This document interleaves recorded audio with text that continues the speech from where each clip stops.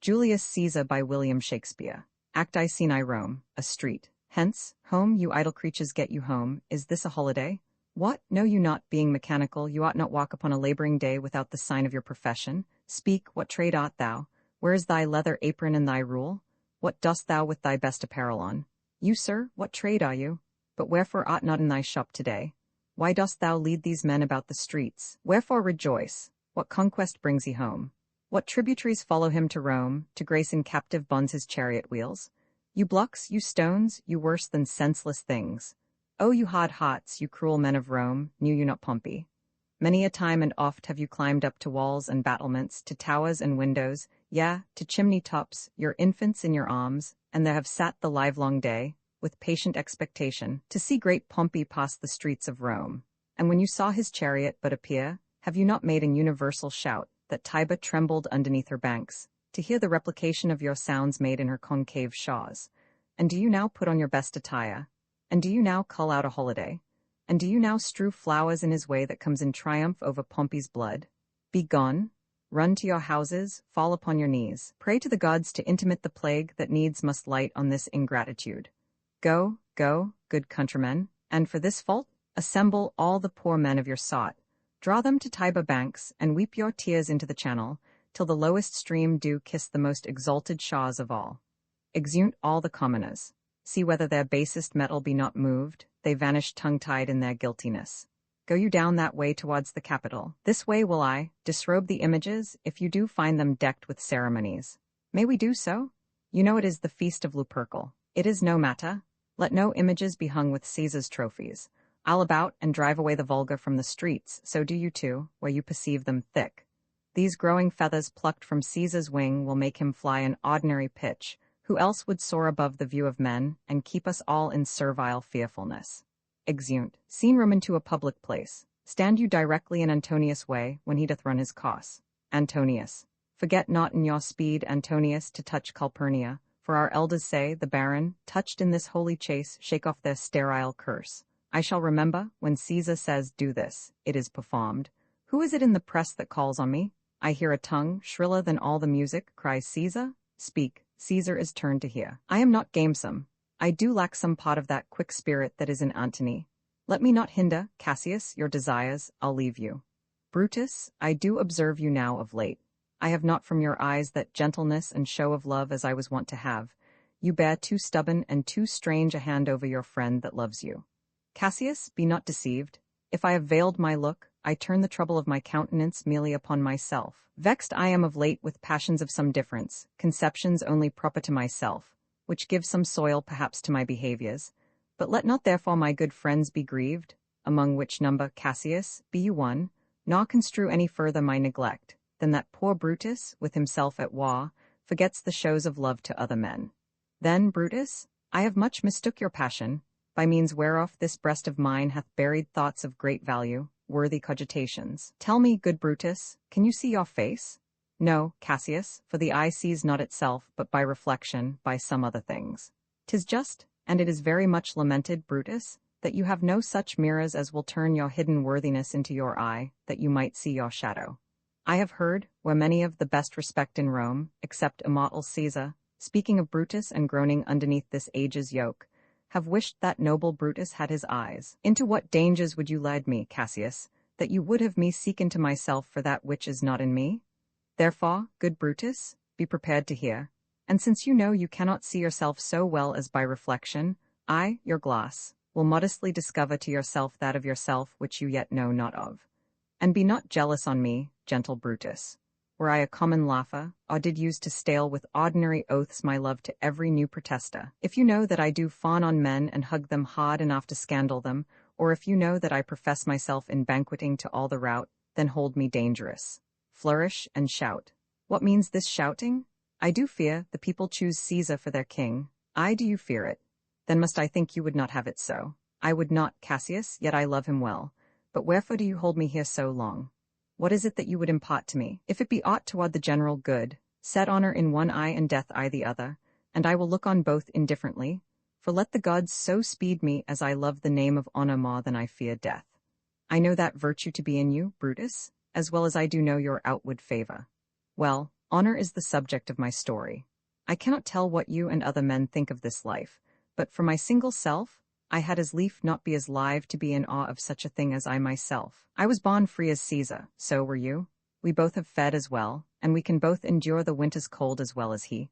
For once, upon a raw and gusty day, the troubled Tiber chafing with her shaws, Caesar said to me, "Darest thou, Cassius, now leap in with me into this angry flood, and swim to yonder point?" Upon the word, accoutred as I was, I plunged in and bade him follow, so indeed he did. The torrent roared, and we did buffet it with lusty sinews, throwing it aside and stemming it with hots of controversy. But ere we could arrive the point proposed, Caesar cried, "Help me, Cassius, or I sink." I, as Aeneas, our great ancestor, did from the flames of Troy upon his shoulder the old Anchises bear, so from the waves of Tiber did I the tired Caesar. And this man is now become a god, and Cassius is a wretched creature and must bend his body, if Caesar carelessly, but not on him. He had a fever when he was in Spain, and when the fit was on him, I did mark how he did shake. 'Tis true, this god did shake, his coward lips did from their colour fly, and that same eye whose bend doth awe the world did lose his lustre. I did hear him groan, aye, and that tongue of his that bade the Romans mock him and write his speeches in their books, alas, it cried, "Give me some drink, Titinius," as a sick girl. Ye gods, it doth amaze me a man of such a feeble temper should so get the start of the majestic world and bear the palm alone. Shout, flourish, another general shout. I do believe that these applauses are for some new honours that are heaped on Caesar. Why, man, he doth bestride the narrow world like a colossus, and we petty men walk under his huge legs and peep about to find ourselves dishonourable graves. Men at some time are masters of their fates. The fault, dear Brutus, is not in our stars but in ourselves that we are underlings. Brutus and Caesar, what should be in that Caesar? Why should that name be sounded more than yours? Write them together, yours is as fair a name, sound them, it doth become the mouth as well. Weigh them, it is as heavy, conjure with them, Brutus will start a spirit as soon as Caesar. Now, in the names of all the gods at once, upon what meat doth this our Caesar feed, that he is grown so great? Age, thou art shamed, Rome, thou hast lost the breed of noble bloods. When went there by an age, since the great flood, but it was famed with more than with one man. When could they say till now, that talked of Rome, that her wide walls encompassed but one man? Now is it Rome indeed and room enough, when there is in it but one only man? Oh, you and I have heard our fathers say, there was a Brutus once that would have brooked the eternal devil to keep his state in Rome as easily as a king. That you do love me, I am nothing jealous. What you would work me to, I have some aim, how I have thought of this and of these times, I shall recount hereafter. For this present I would not, so with love I might entreat you, be any further moved. What you have said I will consider. What you have to say I will with patience hear, and find a time both meet to hear and answer such high things.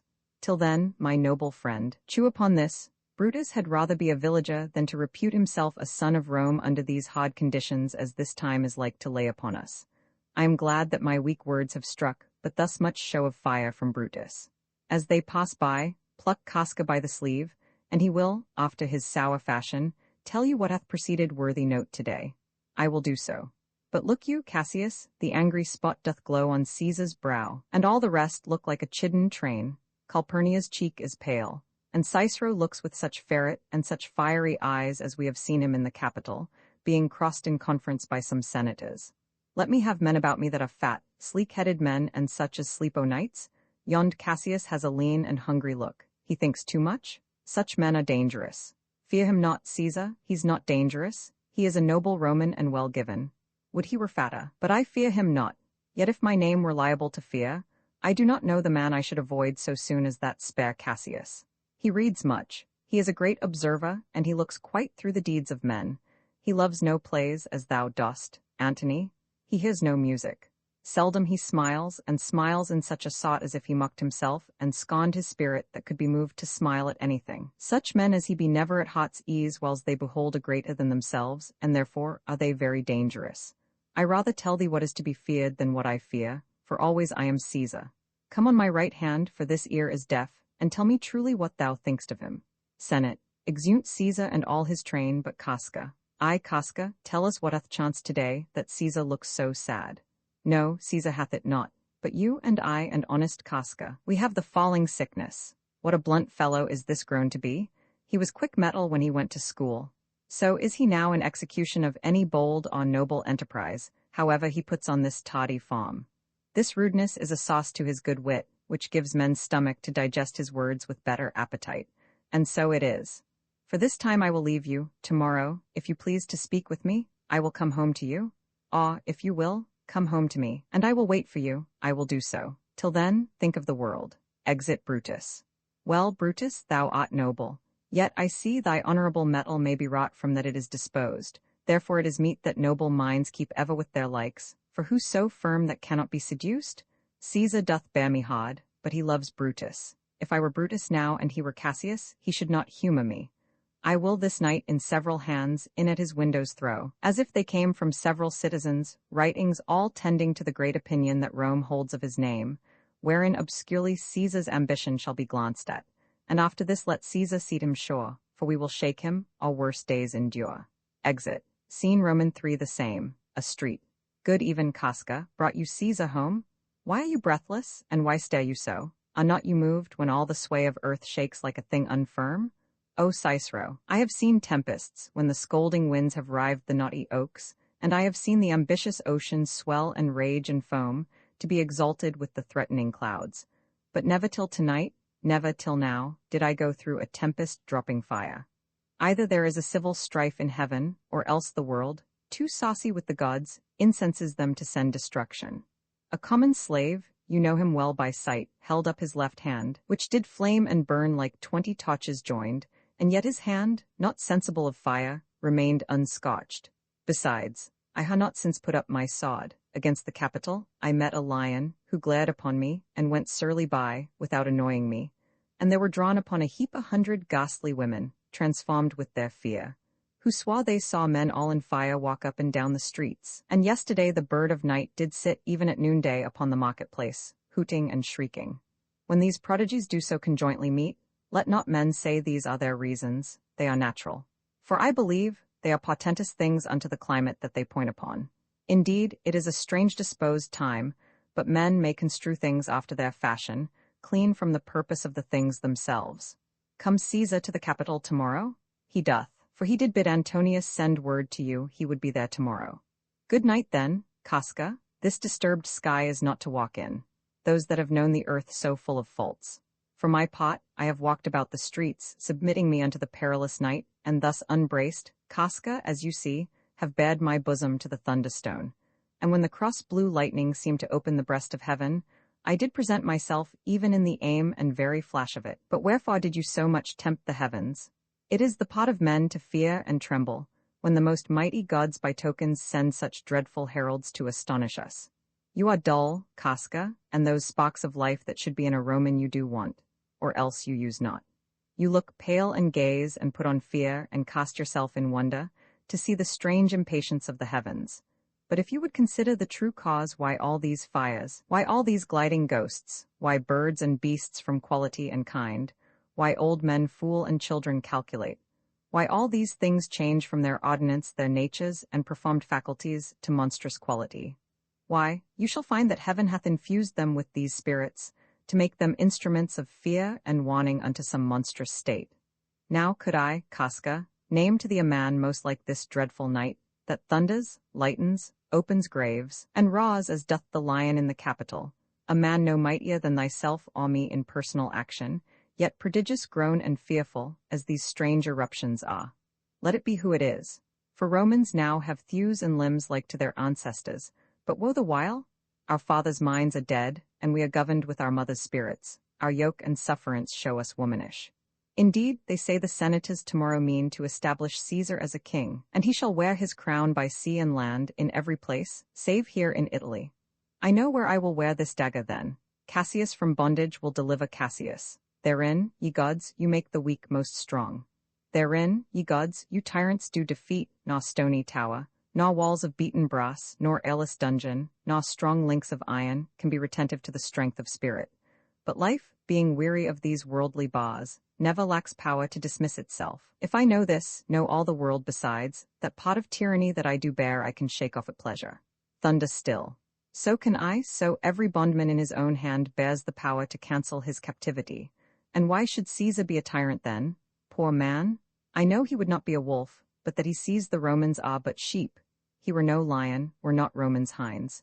Those that with haste will make a mighty fire begin it with weak straws. What trash is Rome, what rubbish and what offal, when it serves for the base matter to illuminate so vile a thing as Caesar?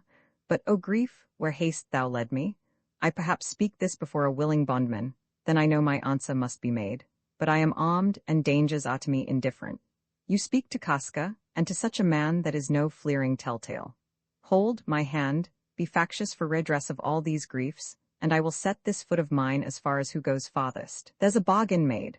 Now know you, Casca, I have moved already some certain of the noblest-minded Romans to undergo with me an enterprise of honorable dangerous consequence, and I do know, by this, they stay for me in Pompey's potch. For now, this fearful night, there is no stir or walking in the streets, and the complexion of the element in favors like the work we have in hand, most bloody, fiery, and most terrible. 'Tis Cinna, I do know him by his gait, he is a friend. No, it is Casca, one incorporate to our attempts. Am I not stayed for Cinna? I am glad on't. What a fearful night is this. There's 2 or 3 of us have seen strange sights. Yes, you are. O Cassius, if you could but win the noble Brutus to our party, be you content. Good Cinna, take this paper, and look you lay it in the praetor's chair, where Brutus may but find it, and throw this in at his window. Set this up with wax upon old Brutus' statue. All this done, repair to Pompey's potch, where you shall find us. Is Decius Brutus and Trebonius there? All but Metellus Cimber, and he's gone to seek you at your house. Well, I will hie, and so bestow these papers as you bade me. That done, repair to Pompey's theatre. Exit Cinna. Come, Casca, you and I will yet ere day see Brutus at his house. 3 parts of him is ours already, and the man entire upon the next encounter yields him ours. Oh, he sits high in all the people's hearts, and that which would appear offence in us, his countenance, like richest alchemy, will change to virtue and to worthiness. Him and his worth and our great need of him you have right well conceded. Let us go, for it is after midnight, and ere day we will awake him and be sure of him.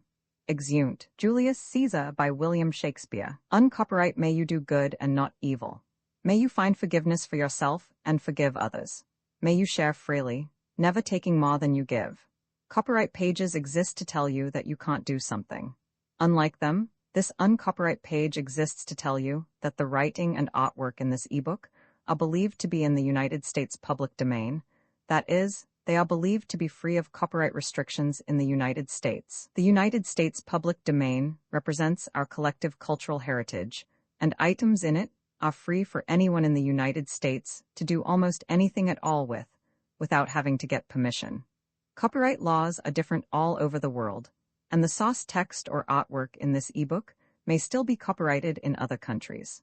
If you're not located in the United States, you must check your local laws before using this ebook. Standard ebooks makes no representations regarding the copyright status of the source text or artwork in this ebook in any country other than the United States. Non-authorship activities performed on items that are in the public domain, so-called sweat of the brow, work, don't create a new copyright. That means that nobody can claim a new copyright on an item that is in the public domain for, among other things, work like digitization, mock-up, or typography.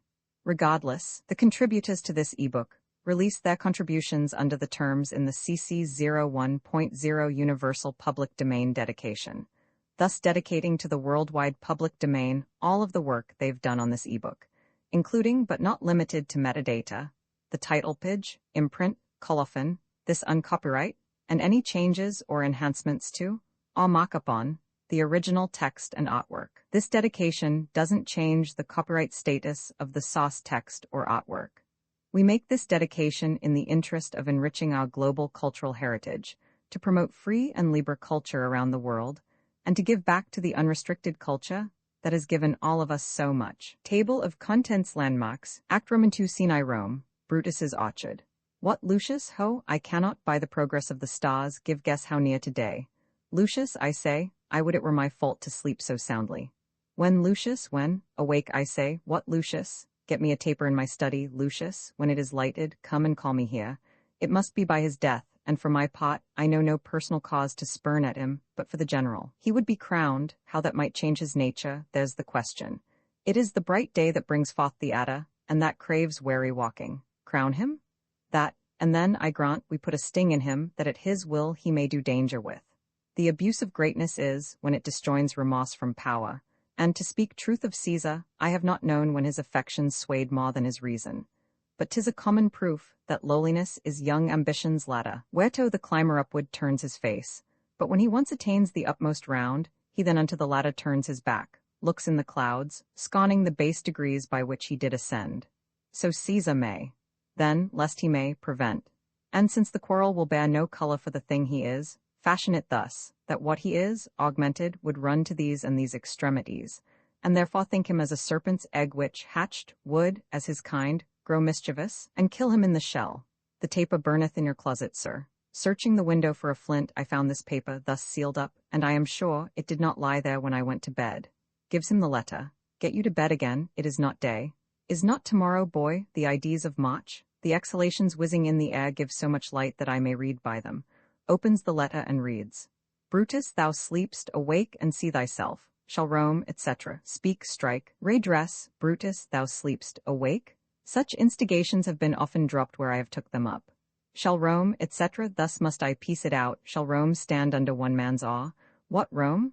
My ancestors did from the streets of Rome the Tarquin drive when he was called a king. Speak, strike, redress. Am I entreated to speak and strike?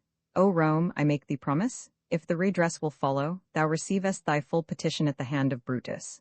'Tis good. Go to the gate, somebody knocks. Exit Lucius. Since Cassius first did whet me against Caesar, I have not slept. Between the acting of a dreadful thing and the first motion, all the interim is like a phantasma, or a hideous dream. The genius and the mortal instruments are then in council, and the state of man, like to a little kingdom, suffers then the nature of an insurrection. Sir, 'tis your brother Cassius at the door, who doth desire to see you. No, sir, their hats are plucked about their ears, and half their faces buried in their cloaks, that by no means I may discover them by any mark of favour. Let him enter. Exit Lucius. They are the faction. O conspiracy, shamest thou to show thy dangerous brow by night, when evils are most free? O then by day, where wilt thou find a cavern dark enough to mask thy monstrous visage? Seek none, conspiracy, hide it in smiles and affability, for if thou path thy native semblance on, not Erebus itself were dim enough to hide thee from prevention. I think we are too bold upon your rest. Good morrow, Brutus. Do we trouble you? I have been up this hour, awake all night. Know I these men that come along with you? Yes, every man of them, and no man here but honours you, and every one doth wish you had but that opinion of yourself which every noble Roman bears of you. This is Trebonius. They are all welcome. What watchful cares do interpose themselves betwixt your eyes and night? Oh, pardon, sir, it doth. And yon grey lines that fret the clouds are messengers of day.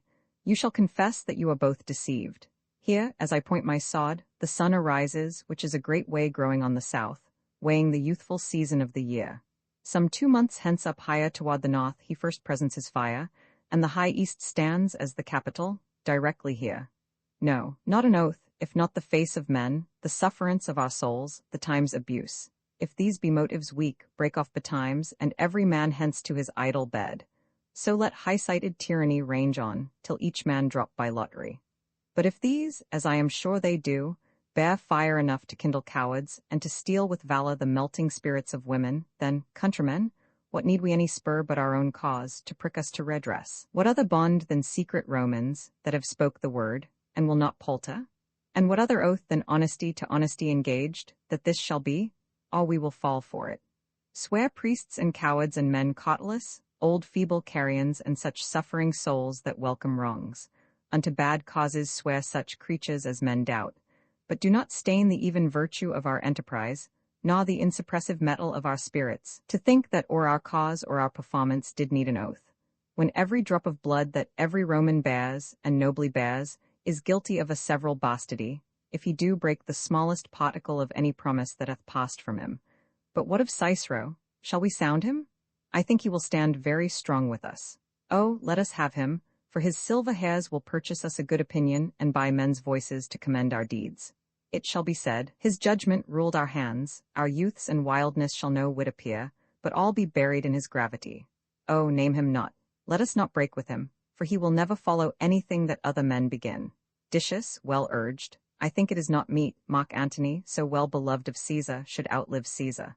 We shall find of him a shrewd contriver, and you know, his means, if he improve them, may well stretch so far as to annoy us all. Which to prevent, let Antony and Caesar fall together. Our cause will seem too bloody, Caius Cassius, to cut the head off and then hack the limbs, like wrath in death and envy afterwards. For Antony is but a limb of Caesar. Let us be sacrifices, but not butchers, Caius. We all stand up against the spirit of Caesar, and in the spirit of men there is no blood. Oh, that we then could come by Caesar's spirit, and not dismember Caesar. But alas, Caesar must bleed for it, and, gentle friends, let's kill him boldly, but not wrathfully.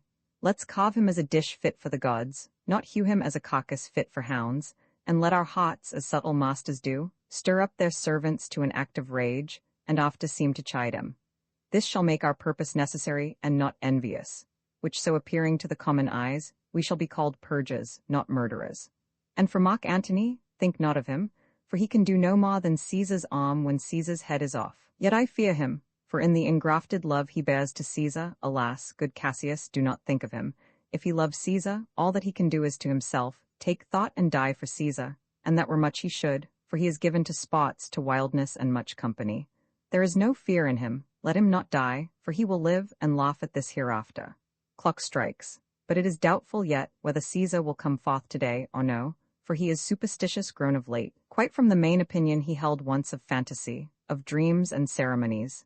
It may be, these apparent prodigies, the unaccustomed terror of this night, and the persuasion of his augurers, may hold him from the capital today. Never fear that. If he be so resolved, I can osway him, for he loves to hear that unicorns may be betrayed with trees, and bears with glasses, elephants with holes, lions with toils, and men with flatterers. But when I tell him he hates flatterers, he says he does, being then most flattered. Let me work, for I can give his humour the true bent, and I will bring him to the capital. Caius Ligarius doth bear Caesar hard, who rated him for speaking well of Pompey. I wonder none of you have thought of him. Now, good Metellus, go along by him. He loves me well, and I have given him reasons, send him but hither, and I'll fashion him. The morning comes upon's, we'll leave you, Brutus, and, friends, disperse yourselves, but all remember what you have said, and show yourselves true Romans. Good gentlemen, look fresh and merrily. Let not our looks put on our purposes, but bear it as our Roman actors do, with untired spirits and formal constancy, and so good morrow to you everyone. Exeunt all but Brutus. Boy, Lucius, fast asleep? It is no matter, enjoy the honey-heavy dew of slumber. Thou hast no figures nor no fantasies, which busy care draws in the brains of men. Therefore thou sleepst so sound. Pasha, what mean you? Wherefore rise you now? It is not for your health thus to commit your weak condition to the raw cold morning. Nor for yours neither. You've ungently, Brutus, stole from my bed, and yesternight at supper you suddenly arose and walked about, musing and sighing, with your arms across, and when I asked you what the matter was, you stared upon me with ungentle looks. I urged you further. Then you scratched your head, and too impatiently stamped with your foot.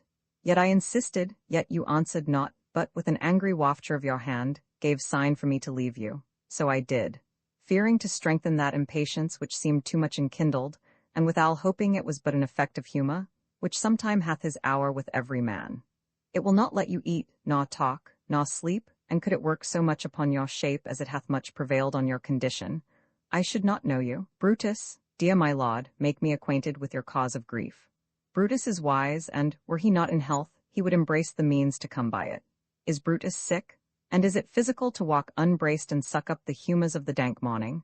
What, is Brutus sick, and will he steal out of his wholesome bed, to dare the vile contagion of the night and tempt the rheumy and unpurged air to add unto his sickness? No, my Brutus, you have some sick offence within your mind, which, by the right and virtue of my place, I ought to know of. And upon my knees, I charm you by my once commended beauty, by all your vows of love and that great vow which did incorporate and make us one, that you unfold to me yourself, your half, why you are heavy, and what men tonight have had to resort to you. For here have been some 6 or 7, who did hide their faces even from darkness. I should not need if you were gentle Brutus. Within the bond of marriage, tell me, Brutus, is it accepted I should know no secrets that appertain to you?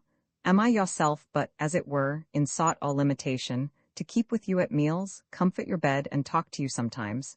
Dwell I but in the suburbs of your good pleasure. If it be no more, Pasha is Brutus Holot, not his wife. You are my true and honourable wife, as dear to me as are the ruddy drops that visit my sad heart. If this were true, then should I know this secret. I grant I am a woman, but withal a woman that Lord Brutus took to wife. I grant I am a woman, but withal a woman well reputed, Cato's daughter. Think you I am no stronger than my sex, being so fathered and so husbanded? Tell me your counsels, I will not disclose them.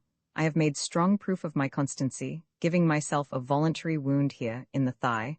Can I bear that with patience, and not my husband's secrets?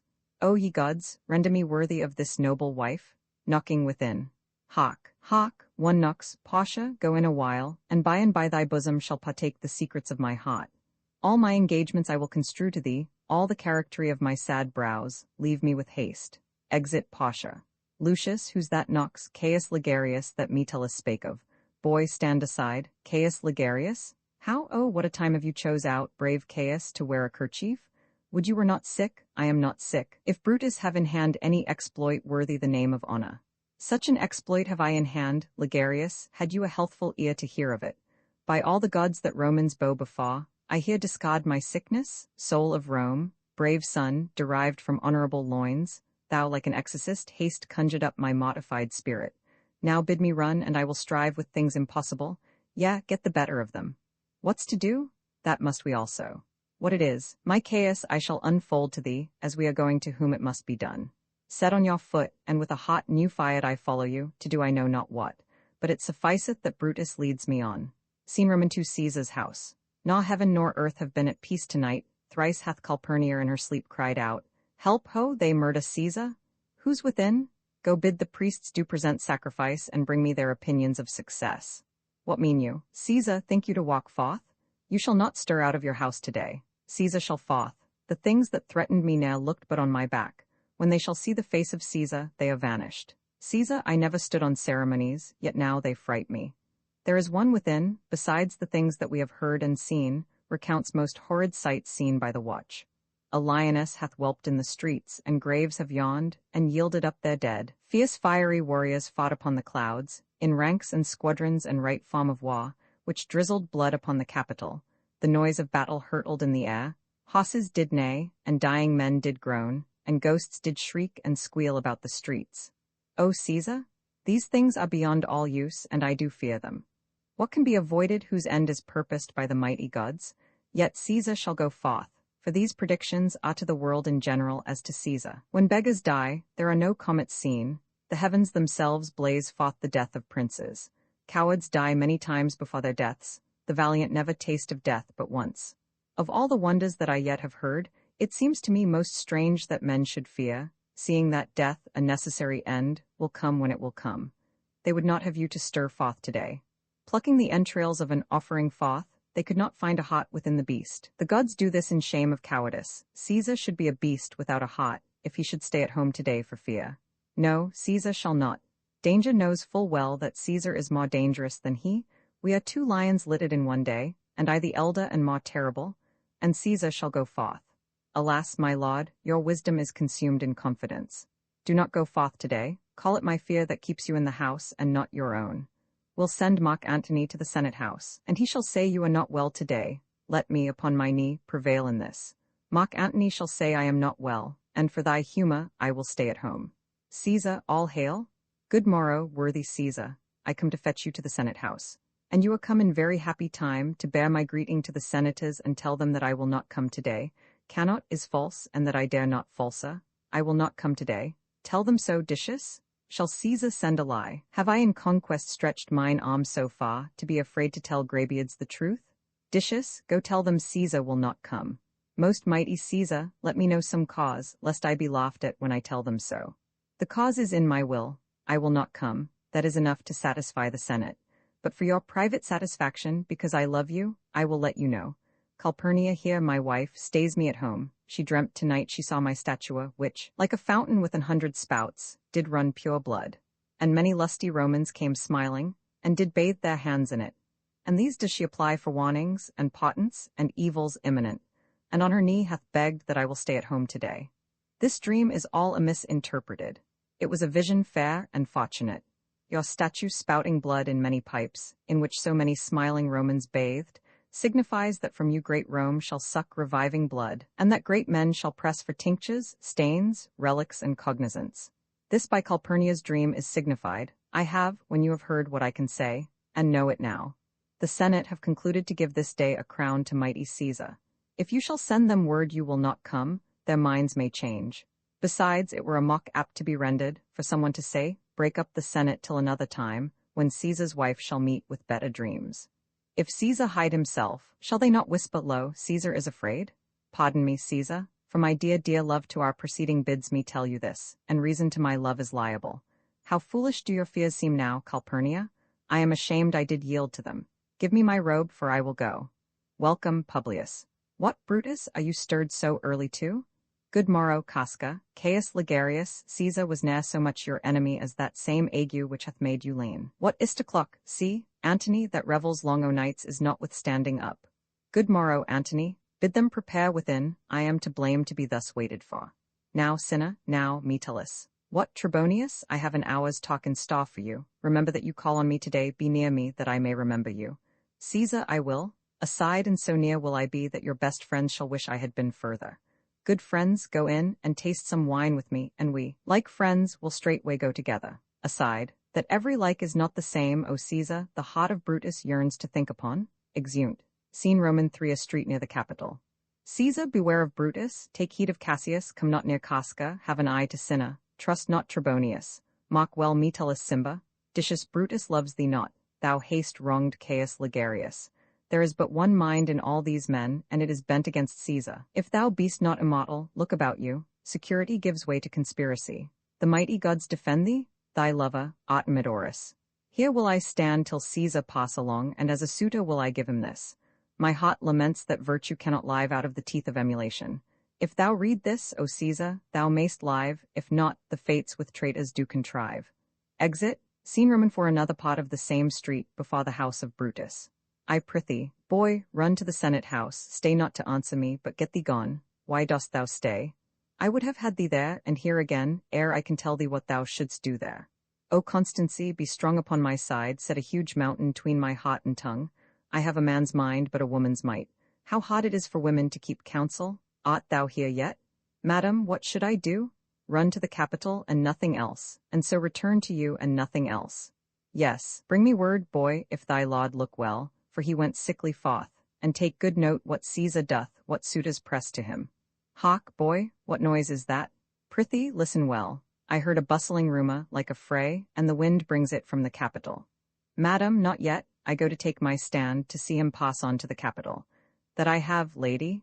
If it will please Caesar to be so good to Caesar as to hear me, I shall beseech him to befriend himself. None that I know will be, much that I fear may chance. Good morrow to you. Here the street is narrow. The throng that follows Caesar at the heels of senators, of praetors, common suitors, will crowd a feeble man almost to death. I'll get me to a place more void, and there speak to great Caesar as he comes along. Exit, I must go in.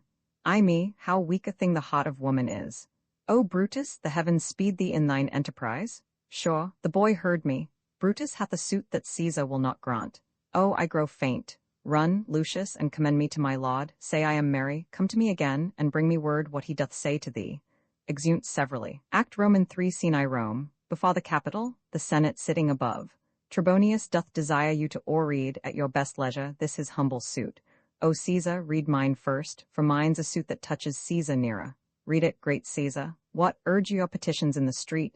Come to the Capitol. He wished today our enterprise might thrive. I fear our purpose is discovered. Casca, be sudden, for we fear prevention. Brutus, what shall be done?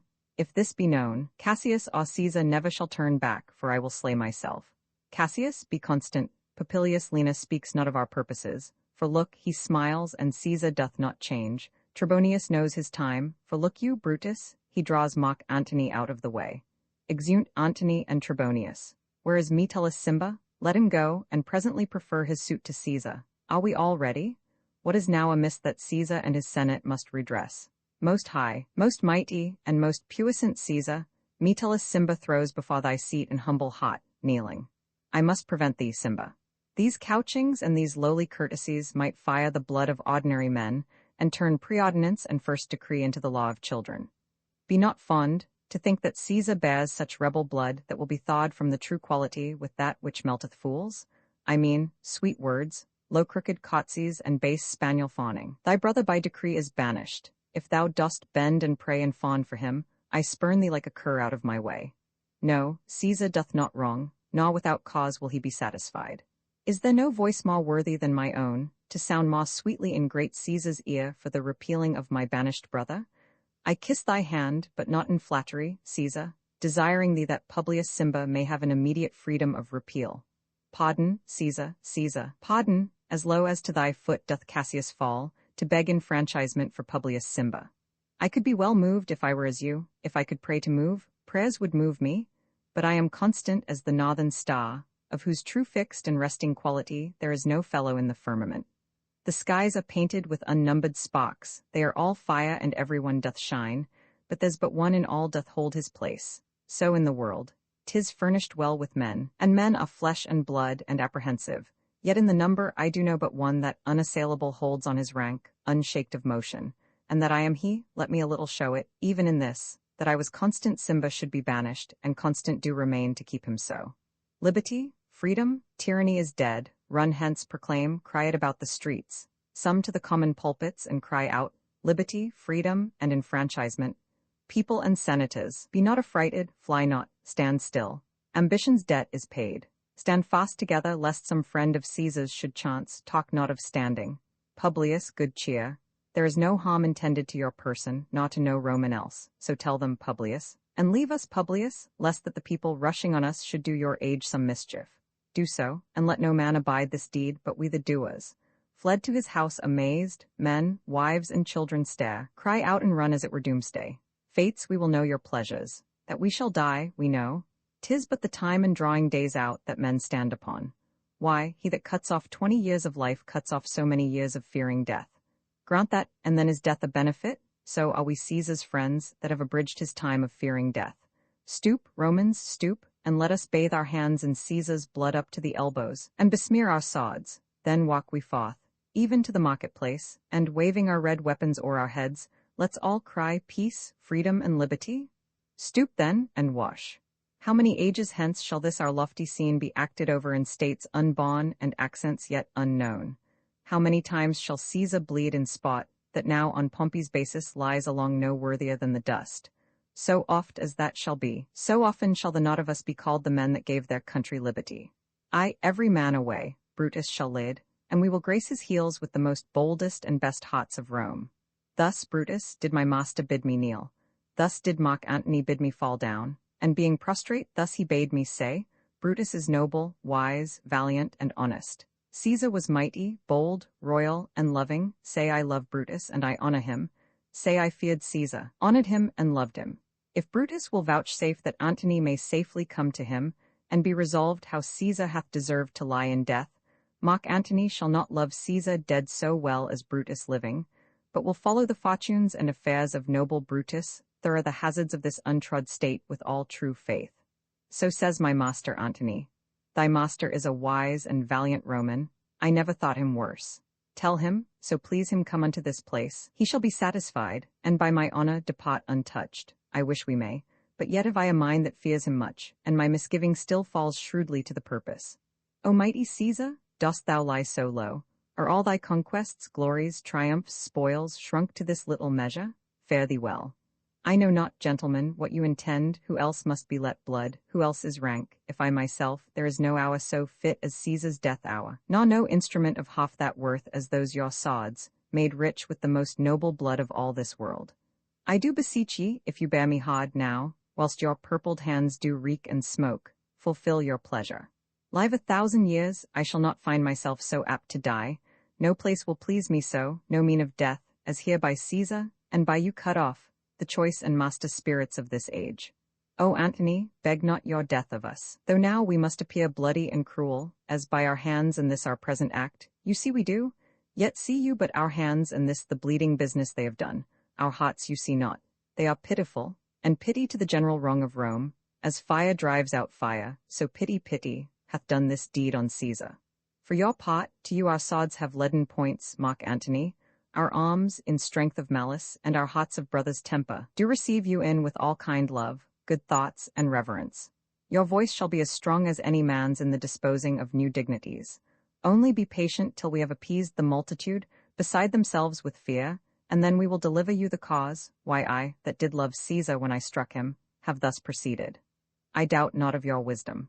Let each man render me his bloody hand. First, Marcus Brutus, will I shake with you. Next, Caius Cassius, do I take your hand. Now, Decius Brutus, yours, now yours, Metellus, yours, Cinna, and my valiant Casca, yours, though last, not least in love, yours, good Trebonius. Gentlemen all, alas, what shall I say? My credit now stands on such slippery ground that one of two bad ways you must conceit me, either a coward or a flatterer. That I did love thee, Caesar, oh, 'tis true. If then thy spirit look upon us now, shall it not grieve thee dearer than thy death? To see thy Antony making his peace, shaking the bloody fingers of thy foes, most noble, in the presence of thy cause? Had I as many eyes as thou haste wounds, weeping as fast as they stream forth thy blood, it would become me better than to close in terms of friendship with thine enemies. Pardon me, Julius? Here wast thou bade, brave heart, here didst thou fall, and here thy hunters stand, signed in thy spoil, and crimsoned in thy leath. O world, thou wast the forest to this heart, and this indeed, O world, the heart of thee. How like a deer, strucken by many princes, dost thou here lie? Pardon me, Caius Cassius, the enemies of Caesar shall say this, then in a friend it is cold modesty.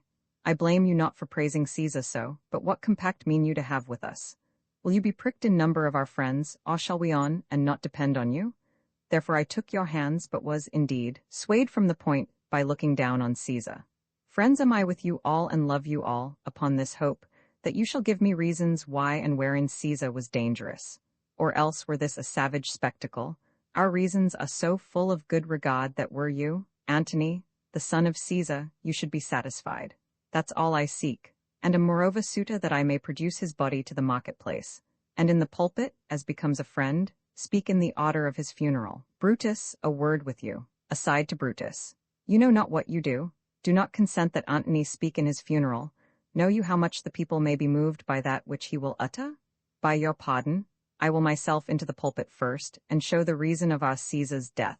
What Antony shall speak, I will protest he speaks by leave and by permission, and that we are contented Caesar shall have all true rights and lawful ceremonies. It shall advantage more than do us wrong. Mark Antony here, take you Caesar's body. You shall not in your funeral speech blame us, but speak all good you can devise of Caesar, and say you dote by our permission, else shall you not have any hand at all about his funeral, and you shall speak in the same pulpit whereto I am going, after my speech is ended. Be it so. I do desire no more. Oh, pardon me, thou bleeding piece of earth, that I am meek and gentle with these butchers. Thou art the ruins of the noblest man that ever lived in the tide of times. Woe to the hand that shed this costly blood. Over thy wounds now do I prophesy, which, like dumb mouths, do ope their ruby lips to beg the voice and utterance of my tongue. A curse shall light upon the limbs of men, domestic fury and fierce civil strife shall cumber all the parts of Italy. Blood and destruction shall be so in use, and dreadful objects so familiar, that mothers shall but smile when they behold their infants quatted with the hands of war. All pity choked with custom of fell deeds. And Caesar's spirit, ranging for revenge, with 8 by his side come hot from hell, shall in these confines with a monarch's voice cry, havoc, and let slip the dogs of war, that this foul deed shall smell above the earth with carrion men, groaning for burial. He did receive his letters and is coming, and bid me say to you by word of mouth, O Caesar, seeing the body, thy heart is big, get thee apart and weep. Passion, I see, is catching. For mine eyes, seeing those beads of sorrow stand in thine, began to water. Is thy master coming? Post back with speed, and tell him what hath chanced. Here is a morning Rome, a dangerous Rome, no Rome of safety for Octavius yet. Hie hence, and tell him so. Yet stay a while. Thou shalt not back till I have borne this cause into the marketplace. There shall I try, in my oration, how the people take the cruel issue of these bloody men, according to the which thou shalt discourse to young Octavius of the state of things. Lend me your hand, exeunt with Caesar's body. Scene room into the forum, then follow me and give me audience, friends. Cassius, go you into the other street and pot the numbers. Those that will hear me speak, let him stay here. Those that will follow Cassius, go with him, and public reasons shall be rendered of Caesar's death. I will hear Cassius, and compare their reasons when severally we hear them rendered.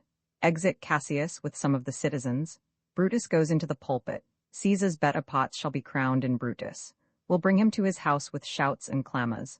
Good countrymen, let me depart alone, and for my sake stay here with Antony. Do grace to Caesar's corpse, and grace his speech tending to Caesar's glories, which Mark Antony, by our permission, is allowed to make. I do entreat you, not a man depart, save I alone, till Antony have spoke. Exit. Let him go up into the public chair, we'll hear him. Noble Antony, go up.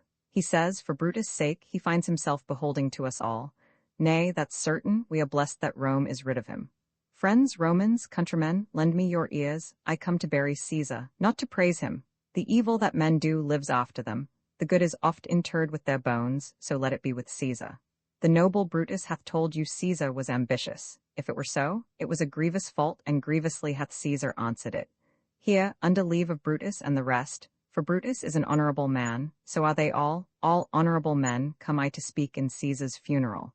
He was my friend, faithful and just to me, but Brutus says he was ambitious, and Brutus is an honorable man. He hath brought many captives home to Rome, whose ransoms did the general coffers fill. Did this in Caesar seem ambitious?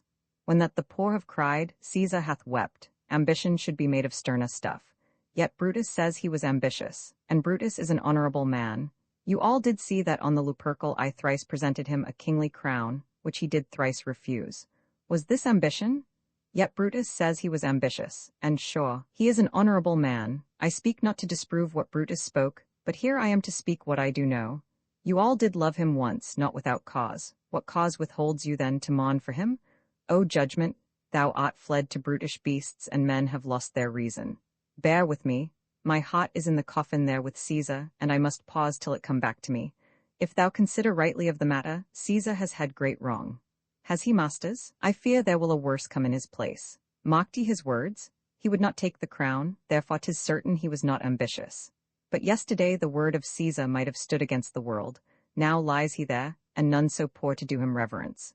O masters, if I were disposed to stir your hearts and minds to mutiny and rage, I should do Brutus wrong, and Cassius wrong, who you all know, are honorable men. I will not do them wrong. I rather choose to wrong the dead, to wrong myself and you, than I will wrong such honorable men. But here's a parchment with the seal of Caesar. I found it in his closet, 'tis his will. Let but the commons hear this testament, which, pardon me, I do not mean to read, and they would go and kiss dead Caesar's wounds and dip their napkins in his sacred blood, beg a hair of him for memory, and, dying, mention it within their wills, bequeathing it as a rich legacy unto their issue. Have patience, gentle friends, I must not read it, it is not meet you know how Caesar loved you. You are not wood, you are not stones, but men, and being men, bearing the will of Caesar, it will inflame you, it will make you mad. 'Tis good you know not that you are his heirs, for if you should, oh, what would come of it? Read the will, we'll hear it, Antony. You shall read us the will, Caesar's will. Will you be patient? Will you stay a while? I have aweshut myself to tell you of it. I fear I wrong the honorable men whose daggers have stabbed Caesar. I do fear it. You will compel me then to read the will? Then make a ring about the copse of Caesar, and let me show you him that made the will. Shall I descend? And will you give me leave? If you have tears, prepare to shed them now. You all do know this mantle. I remember the first time ever Caesar put it on. 'Twas on a summer's evening, in his tent. That day he overcame the Nervii. Look, in this place ran Cassius' dagger through. See what a rent the envious Casca made. Through this the well-beloved Brutus stabbed. And as he plucked his cursed steel away, mock how the blood of Caesar followed it, as rushing out of Dawes, to be resolved if Brutus so unkindly knocked, or no. For Brutus, as you know, was Caesar's angel, judge, O you gods, how dearly Caesar loved him. This was the most unkindest cut of all, for when the noble Caesar saw him stab, ingratitude, more strong than traitor's arms, quite vanquished him, then burst his mighty heart, and in his mantle muffling up his face, even at the base of Pompey's statua, which all the while ran blood, great Caesar fell. Oh, what a fall was there, my countrymen! Then I and you and all of us fell down, whilst bloody treason flourished over us. Oh, now you weep, and I perceive you feel the dint of pity. These are gracious drops. Kind souls, what weep you when you but behold our Caesar's vesture wounded? Look you here is himself, Maud, as you see, with traitors. Good friends, sweet friends, let me not stir you up to such a sudden flood of mutiny. They that have done this deed are honorable. What private griefs they have, alas, I know not, that made them do it. They are wise and honorable, and will, no doubt, with reasons answer you. I come not, friends, to steal away your hearts. I am no orator, as Brutus is, but, as you know me all, a plain blunt man that love my friend, and that they know full well that gave me public leave to speak of him. For I have neither wit, nor words, nor worth, action, nor utterance, nor the power of speech, to stir men's blood. I only speak right on. I tell you that which you yourselves do know. Show you sweet Caesar's wounds, poor dumb mouths, and bid them speak for me. But were I Brutus and Brutus Antony, there were an Antony would ruffle up your spirits and put a tongue in every wound of Caesar that should move the stones of Rome to rise and mutiny. Why, friends, you go to do you know not what. Wherein hath Caesar thus deserved your loves? Alas, you know not. I must tell you then, you have forgot the will I told you of. Here is the will, and under Caesar's seal. To every Roman citizen he gives, to every several man, 75 drachmas.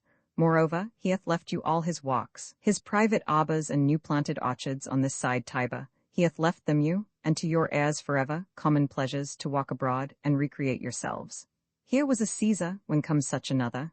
Never, never, come away, away. We'll burn his body in the holy place, and with the brands fire the traitors' houses.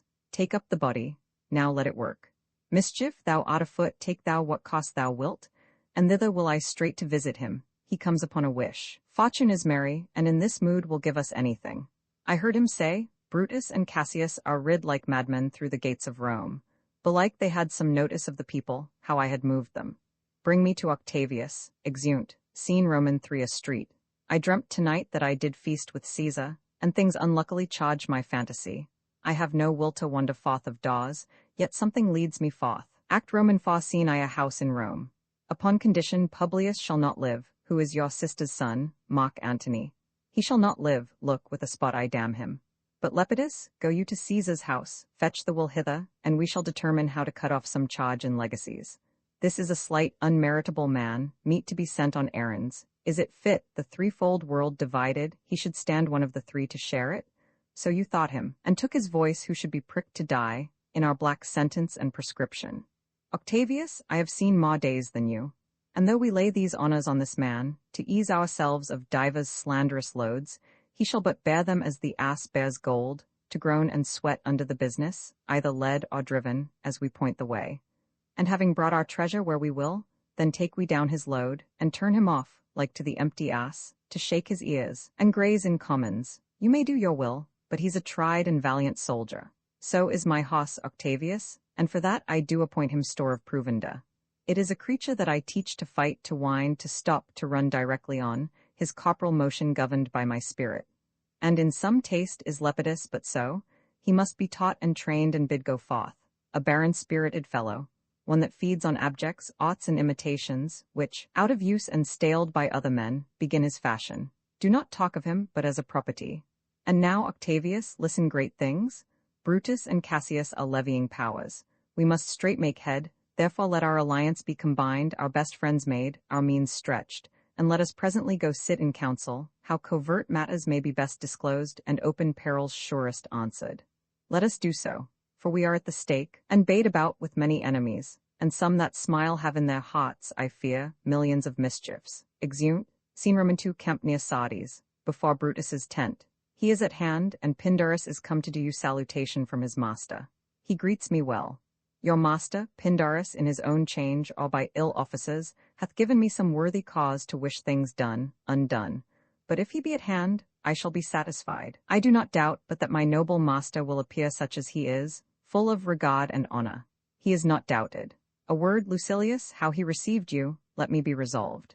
With courtesy and with respect enough, but not with such familiar instances, nor with such free and friendly conference as he hath used of old.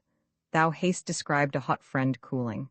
Ever note, Lucilius, when love begins to sicken and decay, it useth an enforced ceremony. There are no tricks in plain and simple faith, but hollow men, like hosses hot at hand, make gallant show and promise of their mettle, but when they should endure the bloody spur, they fall their crests, and like deceitful jades, sink in the trial. Comes his army on? They mean this night in Sardes to be quatted, the great apart, the hoss in general, are come with Cassius. Hark, he is arrived. Lo, march within, march gently on to meet him. Judge me, you gods, wrong I mine enemies, and if not so, how should I wrong a brother? Brutus, this sober form of yours hides wrongs, and when you do them, Cassius, be content, speak your griefs softly. I do know you well. Before the eyes of both our armies here, which should perceive nothing but love from us, let us not wrangle. Bid them move away, then in my tent, Cassius, enlarge your griefs, and I will give you audience. Pindarus, bid our commanders lead their charges off a little from this ground. Lucilius, do you the like, and let no man come to our tent till we have done our conference. Let Lucius and Titinius guard our door. Exeunt. Scene Roman 3 Brutus's tent. That you have wronged me doth appear in this, You have condemned and noted Lucius Pella for taking bribes here of the Sardians, wherein my letters, praying on his side, because I knew the man, were slighted off. In such a time as this it is not meet that every nice offense should bear his comment. Let me tell you, Cassius, you yourself are much condemned to have an itching palm, to sell and mot your offices for gold to undeservers. I an itching palm? You know that you are Brutus that speak this, by the gods, this speech were else your last. The name of Cassius honors this corruption, and chastisement doth therefore hide his head. Remember March. The ideas of March remember. Did not great Julius bleed for justice' sake? What villain touched his body, that did stab, and not for justice? What shall one of us, that struck the foremost man of all this world but for supporting robbers, shall we now contaminate our fingers with base bribes, and sell the mighty space of our large honours for so much trash as may be grasped thus? I had rather be a dog, and bay the moon, than such a Roman. Brutus, bay not me. I'll not endure it. You forget yourself to hedge me in. I am a soldier, I, older in practice, abler than yourself to make conditions. Urge me no more, I shall forget myself, have mind upon your health, tempt me no further. Hear me, for I will speak. Must I give way and room to your rash choler? Shall I be frighted when a madman stares, all this? Ay, ma, fret till your proud heart break. Go show your slaves how choleric you are, and make your bondmen tremble. Must I budge? Must I observe you? Must I stand and crouch under your testy humour? By the gods, you shall digest the venom of your spleen, though it do split you. For from this day forth, I'll use you for my mirth, yea, for my laughter, when you are waspish. You say you are a better soldier, let it appear so, make your vaunting true, and it shall please me well. For mine own part, I shall be glad to learn of noble men. You wrong me every way, you wrong me, Brutus, I said. An elder soldier, not a better, did I say better? Do not presume too much upon my love, I may do that I shall be sorry for. You have done that you should be sorry for. There is no terror, Cassius, in your threats, for I am armed so strong in honesty that they pass by me as the idle wind, which I respect not. I did send to you for certain sums of gold, which you denied me, for I can raise no money by vile means. By heaven, I had rather coin my heart, and drop my blood for drachmas, than to wring from the hard hands of peasants their vile trash by any indirection. I did send to you for gold to pay my legions, which you denied me. Was that done like Cassius? Should I have answered Caius Cassius so? When Marcus Brutus grows so covetous, to lock such rascal counters from his friends, be ready, gods, with all your thunderbolts, dash him to pieces? I did not. He was but a fool that brought my answer back. Brutus hath rived my heart. A friend should bear his friend's infirmities, but Brutus makes mine greater than they are. A flatterers would not, though they do appear as huge as high Olympus. Come, Antony and young Octavius, come, revenge yourselves alone on Cassius, for Cassius is Ori of the world, hated by one he loves, braved by his brother, checked like a bondman, all his faults observed, set in a notebook, learned and conned by rote, to cast into my teeth. Oh, I could weep my spirit from mine eyes. There is my dagger, and here my naked breast, within, a heart dearer than Plutus mine, richer than gold, if that thou best a Roman, take it forth. I that denied thee gold will give my heart, strike as thou didst at Caesar. For I know, when thou didst hate him worst, thou lovedst him better than ever thou lovedst Cassius. Sheathe your dagger, be angry when you will, it shall have scope. Do what you will, dishonor shall be humor. O Cassius, you are yoked with a lamb that carries anger as the flint bears fire, who much enforced shows a hasty spark, and straight is cold again. Hath Cassius lived to be but mirth and laughter to his Brutus, when grief and blood ill-tempered vexeth him? Have not you love enough to bear with me when that rash humour which my mother gave me makes me forgetful? Yes, Cassius, and from henceforth, when you are over-earnest with your Brutus, he'll think your mother chides, and leave you so. Within, let me go in to see the generals. There is some grudge between 'em, 'tis not meet they be alone. For shame, you generals. What do you mean? Love and be friends as two such men should be, for I have seen more years, I'm sure, than ye. I'll know his humour when he knows his time. What should the wars do with these jigging fools? Companion, hence, Lucilius and Titinius, bid the commanders prepare to lodge their companies tonight. And come yourselves, and bring Messala with you immediately to us. Exeunt Lucilius and Titinius. Of your philosophy you make no use if you give place to accidental evils. How scaped I killing when I crossed you so? O insupportable and touching loss! Upon what sickness? Impatient of my absence, and grief that young Octavius with Mark Antony have made themselves so strong. For with her death that tidings came, with this she fell distract, and her attendants absent, swallowed fire. Speak no more of her. Give me a bowl of wine. In this I bury all unkindness, Cassius. My heart is thirsty for that noble pledge. Fill, Lucius, till the wine oswell the cup. I cannot drink too much of Brutus' love. Welcome, good Messala. Now sit we close about this taper here, and call in question our necessities. No more, I pray you. Messala, I have here received letters that young Octavius and Mark Antony come down upon us with a mighty power, bending their expedition toward Philippi, that by prescription and bills of outlawry, Octavius, Antony, and Lepidus have put to death 100 senators. Therein our letters do not well agree.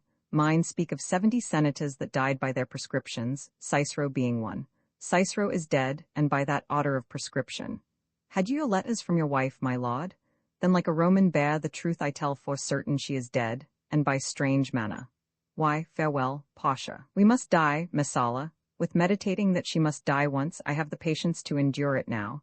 I have as much of this in aught as you, but yet my nature could not bear it so. Well, to our work alive. What do you think of marching to Philippi presently? This it is, 'tis better that the enemy seek us, so shall he waste his means, weary his soldiers, doing himself offence, whilst we, lying still, are full of rest, defence, and nimbleness. Good reasons must of force give place to better. The people twixt Philippi and this ground do stand, but in a fast affection, for they have grudged us contribution. The enemy, marching along by them shall make a fuller number up, come on refreshed, new added, and encouraged. From which advantage shall we cut him off, if at Philippi we do face him there, these people at our back? Under your pardon. You must note beside that we have tried the utmost of our friends, our legions are brimful, our cause is ripe, the enemy increaseth every day, we at the height are ready to decline. There is a tide in the affairs of men, which, taken at the flood, leads on to fortune. Omitted, all the voyage of their life is bound in shallows and in miseries. On such a full sea are we now afloat, and we must take the current when it serves, or lose our ventures. Then, with your will, go on, we'll along ourselves and meet them at Philippi. The deep of night is crept upon our talk, and nature must obey necessity, which we will niggard with a little rest. There is no more to say, no more. Good night, early tomorrow will we rise, and hence. Lucius, enter Lucius, my gown, exit Lucius. Farewell, good Messala, good night, Titinius. Noble, noble Cassius, good night and good repose. Oh, my dear brother, this was an ill beginning of the night, never come such division 'tween our souls. Let it not, Brutus. What thou speakst drowsily? Poor knave, I blame thee not. Thou art all-watched. Call Claudius and some other of my men. I'll have them sleep on cushions in my tent. I pray you, sirs, lie in my tent and sleep. It may be I shall raise you by and by on business to my brother Cassius. I will not have it so. Lie down, good sirs, it may be I shall otherwise bethink me. Look, Lucius, here's the book I sought for so. I put it in the pocket of my gown. Varro and Claudius lie down. Bear with me, good boy. I am much forgetful. Canst thou hold up thy heavy eyes a while, and touch thy instrument a strain or two? It does, my boy. I trouble thee too much, but thou art willing. I should not urge thy duty past thy might. I know young bloods look for a time of rest. It was well done, and thou shalt sleep again. I will not hold thee long. If I do live, I will be good to thee. Music and a song. This is a sleepy tune. O murderous slumber, lay'st thou thy leaden mace upon my boy, that plays thee music. Gentle knave, good night. I will not do thee so much wrong to wake thee. If thou dost nod, thou break'st thy instrument, I'll take it from thee, and good boy, good night. Let me see, is not the leaf turned down where I left reading? Here it is, I think. How ill this taper burns. Ha, who comes here? I think it is the weakness of mine eyes that shapes this monstrous apparition. It comes upon me. Art thou anything? Art thou some god, some angel, or some devil, that makest my blood cold and my hair to stare? Speak to me what thou art.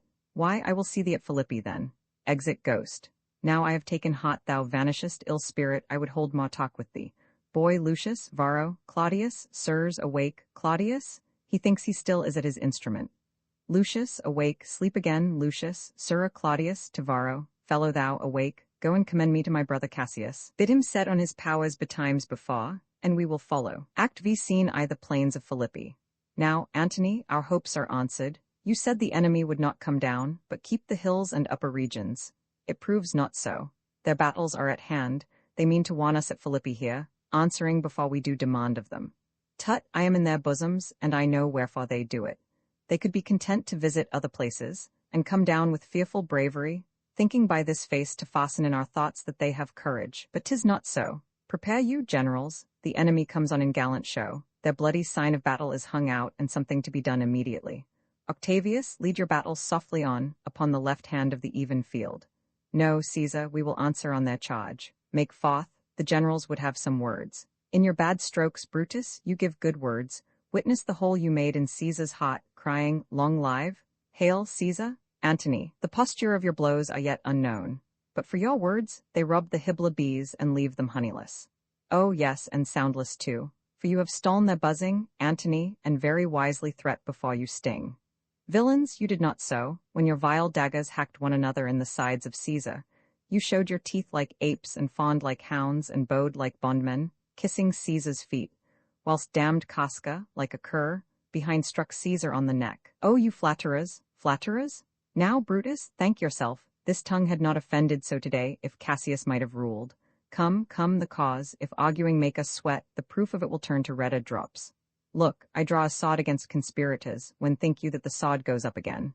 Never, till Caesar's 33 wounds be well avenged, or till another Caesar have added slaughter to the sod of traitors. Caesar, thou canst not die by traitors' hands, unless thou bringst them with thee. So I hope I was not born to die on Brutus' sod. Oh, if thou wert the noblest of thy strain, young man, thou couldst not die more honourable. A peevish schoolboy, worthless of such honour, joined with a Masca and a reveller? Come, Antony, away. Defiance, traitors, hurl we in your teeth. If you dare fight today, come to the field, if not, when you have stomachs. Exeunt Octavius, Antony, and their army.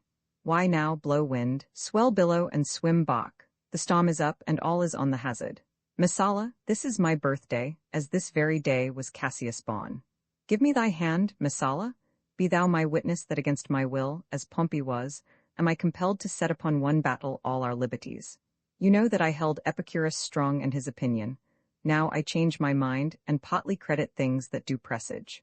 Coming from Sardes, on our former ensign 2 mighty eagles fell, and there they perched, gouging and feeding from our soldiers' hands, who to Philippi here consorted us. This morning are they fled away and gone, and in their steads do ravens, crows, and kites fly o'er our heads and downward look on us, as we were sickly prey. Their shadows seem a canopy most fatal, under which our army lies, ready to give up the ghost. I but believe it partly, for I am fresh of spirit and resolved to meet all perils very constantly. Now, most noble Brutus, the gods today stand friendly, that we may, lovers in peace, lead on our days to age. But since the affairs of men rest still uncertain, let's reason with the worst that may befall. If we do lose this battle, then is this the very last time we shall speak together. What are you then determined to do?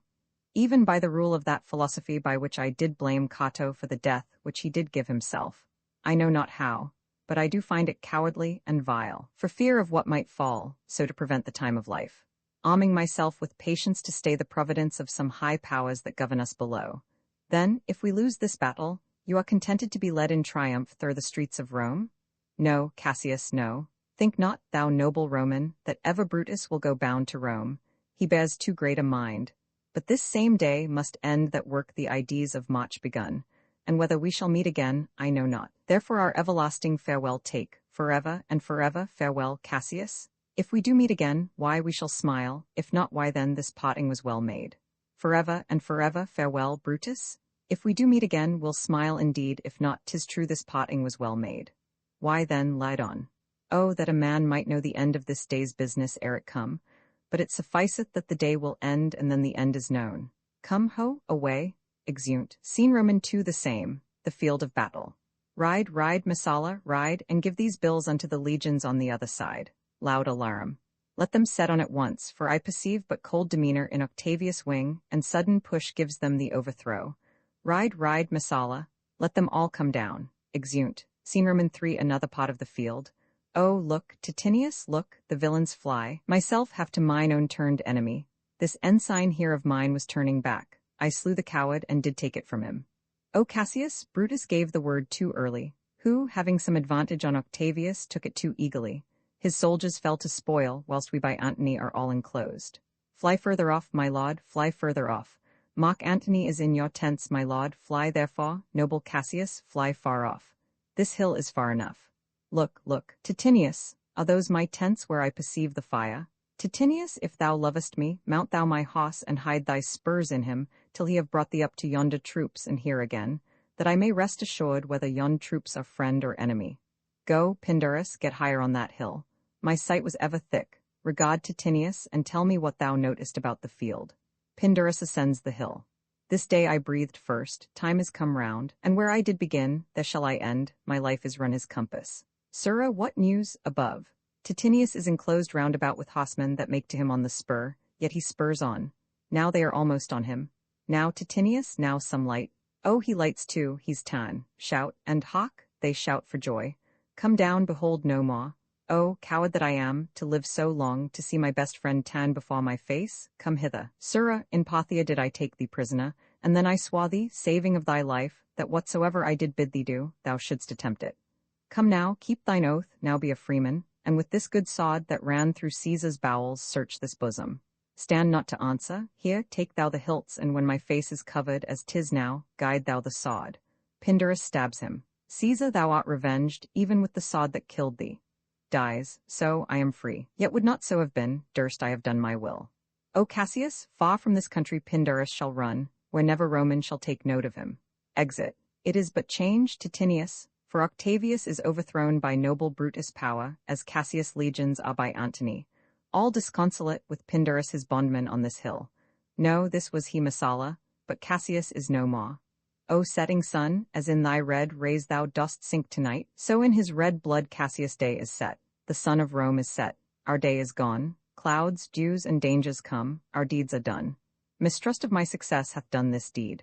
Mistrust of good success hath done this deed. O hateful error, melancholy's child, why dost thou show to the apt thoughts of men the things that are not? O error, soon conceived, thou never comest unto a happy birth, but kill'st the mother that engendered thee. Seek him, Titinius, whilst I go to meet the noble Brutus, thrusting this report into his ears, I may say, thrusting it, for piercing steel and darts envenomed shall be as welcome to the ears of Brutus as tidings of this sight. Hie you, Messala, and I will seek for Pindarus the while. Exit Messala. Why didst thou send me forth, brave Cassius? Did I not meet thy friends, and did not they put on my brows this wreath of victory, and bid me give it thee? Didst thou not hear their shouts? Alas, thou hast misconstrued everything. But hold thee, take this garland on thy brow, thy Brutus bid me give it thee, and I will do his bidding. Brutus, come apace and see how I regarded Caius Cassius. By your leave, gods, this is a Roman's pot come, Cassius sawed and find Titinius hot. Kills himself. O Julius Caesar, thou art mighty yet, thy spirit walks abroad and turns our swords in our own proper entrails. Lo alarums. Brave Titinius, look, whether he have not crowned dead Cassius. Are yet 2 Romans living such as these? The last of all the Romans, fare thee well. It is impossible that ever Rome should breed thy fellow. Friends, I owe more tears to this dead man than you shall see me pay. I shall find time, Cassius, I shall find time. Come therefore, and to Thassos send his body. His funerals shall not be in our camp, lest it discomfit us. Lucilius, come, and come, young Cato, let us to the field. Labeo and Flavius, set our battles on, 'tis 3 o'clock, and Romans, yet ere night we shall try fortune in a second fight. Exeunt. Scene Roman for another part of the field. What bastard doth not? Who will go with me? I will proclaim my name about the field.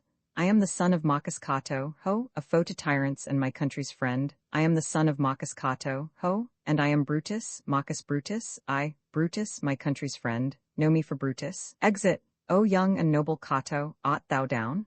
Why, now thou deest as bravely as Titinius, and mayst be honored being Cato's son. Only I yield to die. There is so much that thou wilt kill me straight, offering money. Kill Brutus, and be honored in his death. Safe, Antony, Brutus is safe enough. I dare assure thee that no enemy shall ever take alive the noble Brutus. The gods defend him from so great a shame. When you do find him, or alive or dead, he will be found like Brutus, like himself. This is not Brutus, friend, but I assure you, a prize no less in worth. Keep this man safe, give him all kindness. I had rather have such men my friends than enemies. Go on, and see whether Brutus be alive or dead, and bring us word unto Octavius' tent how everything is chanced. Exeunt. Scene V. Another part of the field. Statilius showed the torchlight, but my lord, he came not back. He is or ta'en or slain. Sit thee down, Clitus. Slaying is the word. It is a deed in fashion. Hark thee, Clitus, whispers. Now is that noble vessel full of grief that it runs over even at his eyes. Why this, Volumnius? The ghost of Caesar hath appeared to me several times by night, at Sardes once, and this last night, here in Philippi fields. I know my hour is come. Nay, I am sure it is, Volumnius. Thou seest the world, Volumnius, how it goes. Our enemies have beat us to the pit. low alarms. It is more worthy to leap in ourselves than tarry till they push us. Good Volumnius, thou know'st that we two went to school together. Even for that our love of old, I prithee, hold thou my sword hilts whilst I run on it. Farewell to you, and you, Volumnius. Strato, thou hast been all this while asleep, farewell to thee too, Strato. Countrymen, my heart doth joy that yet in all my life I found no man but he was true to me. I shall have glory by this losing day more than Octavius and Mark Antony by this vile conquest shall attain unto. So fare you well at once, for Brutus' tongue hath almost ended his life's history. Night hangs upon mine eyes, my bones would rest that have but labored to attain this hour. Alarum, cry within, fly, fly, fly. Hence I will follow. Exeunt Clitus, Dardanius, and Volumnius. I prithee, Strato, stay thou by thy laud, thou art a fellow of a good respect. Thy life hath had some smatch of honour in it. Hold then my sword, and turn away thy face while I do run upon it. Wilt thou, Strato? Farewell, good Strato. Runs on his sword. Caesar, now be still. I killed not thee with half so good a will. Dies. Free from the bondage you are in, Messala. The conquerors can but make a fire of him, for Brutus only overcame himself, and no man else hath honour by his death. So Brutus should be found. I thank thee, Brutus, that thou hast proved Lucilius' saying true. All that served Brutus, I will entertain them. Fellow, wilt thou bestow thy time with me? Octavius, then take him to follow thee, that did the latest service to my master. This was the noblest Roman of them all. All the conspirators save only he did that they did in envy of great Caesar. He only, in a general honest thought and common good to all, made one of them. His life was gentle, and the elements so mixed in him that nature might stand up and say to all the world, this was a man. According to his virtue let us use him, with all respect and rites of burial. Within my tent his bones tonight shall lie, most like a soldier, auded honorably. So call the field to rest, and let's away, to pot the glories of this happy day. Exeunt. Colophon Julius Caesar was published in 1599 by William Shakespeare. This ebook was produced for Standard eBooks by Emma Sweeney, and is based on a transcription produced in 1993 by Jeremy Hilton for the Massachusetts Institute of Technology, and on digital scans from the Hathaway Trust Digital Library. The cover page is adapted from Julius Caesar, a painting completed in 1619 by Peter Paul Rubens. The cover and title pages feature the League Spartan and Sots Mill Gaudi typefaces created in 2014 and 2009 by the League of Movable Type. This edition was released on June 26, 2025, 6:39 p.m., and is based on revision 56 F 2710. The first edition of this ebook was released on November 3, 2020, 9:56 p.m. You can check for updates to this ebook, view its revision history, or download it for different e-reading systems at standardbooksorg/ebooks/William Shakespeare/Julius Caesar. The volunteer-driven Standard eBooks project relies on readers like you to submit typos, corrections, and other improvements. Anyone can contribute at Standardbooksorg. Dramatis personae Julius Caesar, Octavius Caesar. Triumvir after the death of Julius Caesar, Marcus Antonius. Triumvir after the death of Julius Caesar, M. Aemilius Lepidus. Triumvir after the death of Julius Caesar, Cicero. Senator Publius. Senator Popilius Lana. Senator Marcus Brutus. Conspirator against Julius Caesar, Cassius. Conspirator against Julius Caesar, Casca. Conspirator against Julius Caesar, Trebonius. Conspirator against Julius Caesar, Ligarius. Conspirator against Julius Caesar, Decius Brutus. Conspirator against Julius Caesar, Metellus Cimber. Conspirator against Julius Caesar, Cinna. Conspirator against Julius Caesar, Flavius and Marullus. Tribunes Artemidorus of Cneidos. A teacher of rhetoric, a soothsayer, Cinna, a poet. Another poet, Lucilius, friend to Brutus and Cassius Titinius, friend to Brutus and Cassius Messala, friend to Brutus and Cassius young Cato, friend to Brutus and Cassius Volumnius, friend to Brutus and Cassius Varro, servant to Brutus Clitus, servant to Brutus Claudius, servant to Brutus Strato, servant to Brutus Lucius, servant to Brutus Dardanius, servant to Brutus Pindarus, servant to Cassius Calpurnia, wife to Caesar Pasha, wife to Brutus Senators, citizens, gods, attendants, etc. Scene. Rome, the neighborhood of Sardes, the neighborhood of Philippi. Julius Caesar. Imprint. This ebook is the product of many hours of hard work by volunteers for Standard ebooks, and builds on the hard work of other literature lovers made possible by the public domain. This particular ebook is based on a transcription from the Massachusetts Institute of Technology and on digital scans from the Hathai Trust Digital Library. The source text and artwork in this ebook are believed to be in the United States public domain. That is, they are believed to be free of copyright restrictions in the United States. They may still be copyrighted in other countries, so users located outside of the United States must check their local laws before using this ebook. The creators of and contributors to this ebook dedicate their contributions to the worldwide public domain via the terms in the CC 01.0 Universal Public Domain Dedication. For full license information, see the uncopyright at the end of this ebook.